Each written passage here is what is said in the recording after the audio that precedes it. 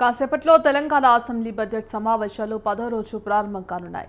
ఇవాళ శాసనసభ మండలిలో ప్రశ్నోత్తరాలు రద్దు చేశారు. మండలిలో శాసనసభ ఆమోదం పొందిన 2 బిల్లులపై చర్చించబోతున్నారు. అలాగే శాసనసభలో వివిధ శాఖల పద్దులపై చర్చ జరగనుంది. తెలంగాణలో విద్యా అంశంపై మండలిలో స్వల్పకాలిక చర్చ జరగబోతోంది.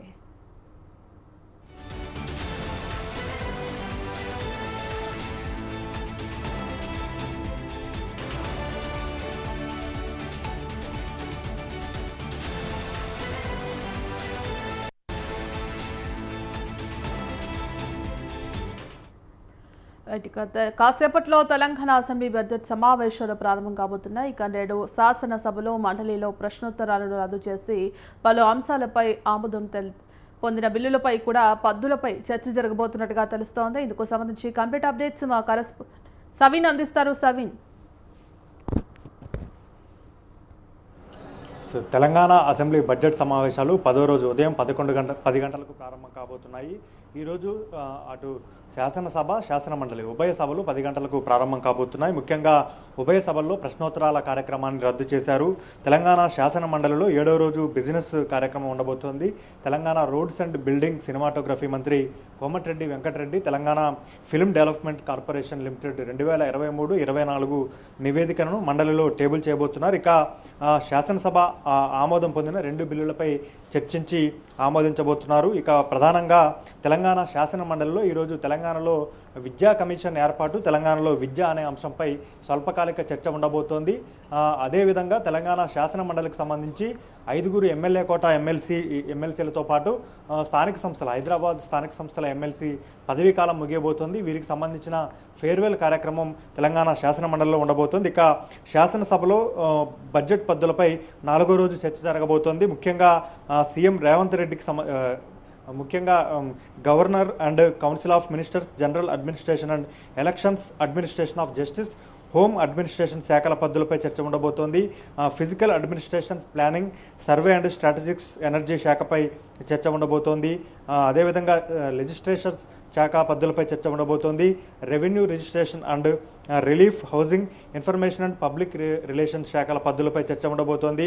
Irrigation and command area development, civil supplies administration శాఖల పద్దులపై చర్చ ఉండబోతోంది. ఆర్థిక శాఖ మంత్రి Bhatti Vikramarka supplementary estimates of expenditure 2024-25ను సభలో ప్రవేశపెట్టబోతున్నారు. ముఖ్యంగా ఈరోజు హోంశాఖ అదేవిధంగా ఇరిగేషన్ శాఖ ఈ 2 శాఖలపై పద్దులపై చర్చ సందర్భంగా అటు కాంగ్రెస్ బీఆర్ఎస్ పార్టీల మధ్య వాడివేడి చర్చ జరిగే అవకాశం మాత్రం మనకు స్పష్టంగా కనపడుతుంది. ఎందుకంటే హోంశాఖ పద్దును అసెంబ్లీ శాసనసభలో హోంశాఖ పద్దుపై రాష్ట్ర రవాణా శాఖ మంత్రి పొన్నం ప్రభాకర్ ప్రతిపక్ష పార్టీల సభ్యులకు సమాధానం ఇవ్వబోతున్నారు. ముఖ్యంగా హోంశాఖ ముఖ్యంగా రేవంత్ రెడ్డి వద్దనే హోంశాఖ ఉండటంతో రాష్ట్రంలో శాంతి భద్రతలు పూర్తిగా క్షీణించాయి. శాంతి భద్రతల సమస్య తీవ్రతరంగా మారింది. అదేవిధంగా అత్యాచారాలతో పాటు దాడులు విపరీతంగా పెరిగాయి. హత్యల క్రైమ్ రేటు కూడా పెద్ద ఎత్తున పెరిగిందంటూ బీఆర్ఎస్ పార్టీ పెద్ద ఎత్తున కాంగ్రెస్ ప్రభుత్వంపై విమర్శలు చేసింది. ఇక ఇరిగేషన్ శాఖ పద్దుపై చర్చకు వచ్చినప్పుడు ముఖ్యంగా ఇరిగేషన్ అంశంపై రాష్ట్రంలో కృష్ణానది జలాల అంశం, గోదావరి నదీ జలాల అంశంపై తీవ్ర స్థాయిలో బీఆర్ఎస్ పార్టీ కాంగ్రెస్ ప్రభుత్వంపై విమర్శలు చేస్తోంది.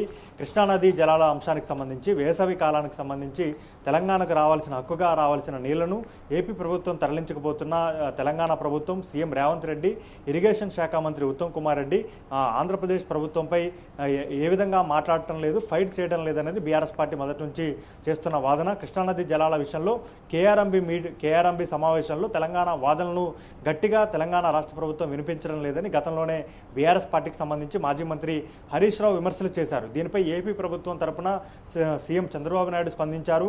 కృష్ణానది జలాలకు సంబంధించి మిగులు జలాలను, సముద్రంలోకి వృధాగా పోతున్న జలాలను మాత్రమే ఏపీ ప్రభుత్వం వాడుకుంటుందంటూ ఏపీ సీఎం చంద్రబాబు క్లారిటీ ఇచ్చిన పరిస్థితి మనకు కనపడుతుంది. ఇక గోదావరి నదీ జలాలకు సంబంధించి పోలవరం ప్రాజెక్టు తర్వాత బనకచర్ల ప్రాజెక్టును ఏపీ ప్రభుత్వం నిర్మించి గోదావరి జలాలను తరలించుకుపోయే ప్రయత్నం చేస్తుందంటూ హరీష్ రావు పెద్ద ఎత్తున కాంగ్రెస్ ప్రభుత్వంపై విమర్శలు చేశారు.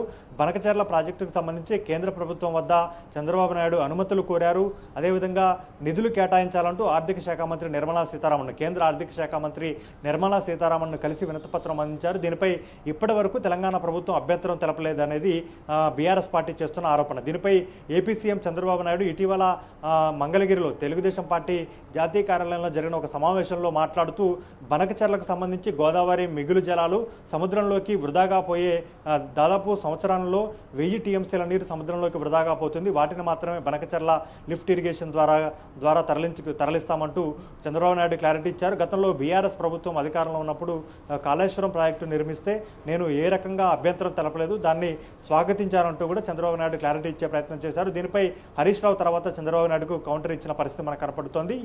ఈ రోజు మాత్రం అటు హోంశాఖ, రెవెన్యూ శాఖ, ఇరిగేషన్ శాఖ ఈ 3 ఇంపార్టెంట్ సబ్జెక్టులపై పద్ధతులపై చర్చ జరగబోతుండటంతో అసెంబ్లీలో బీఆర్ఎస్ కాంగ్రెస్ పార్టీ సభ్యుల మధ్య వాడివేడి చర్చ జరిగే అవకాశం మాత్రం మనకు కనపడుతుంది. రేపటితో తెలంగాణ అసెంబ్లీ బడ్జెట్ సమావేశాలు ముగియబోతున్నాయి. Right, thank you సవిన్.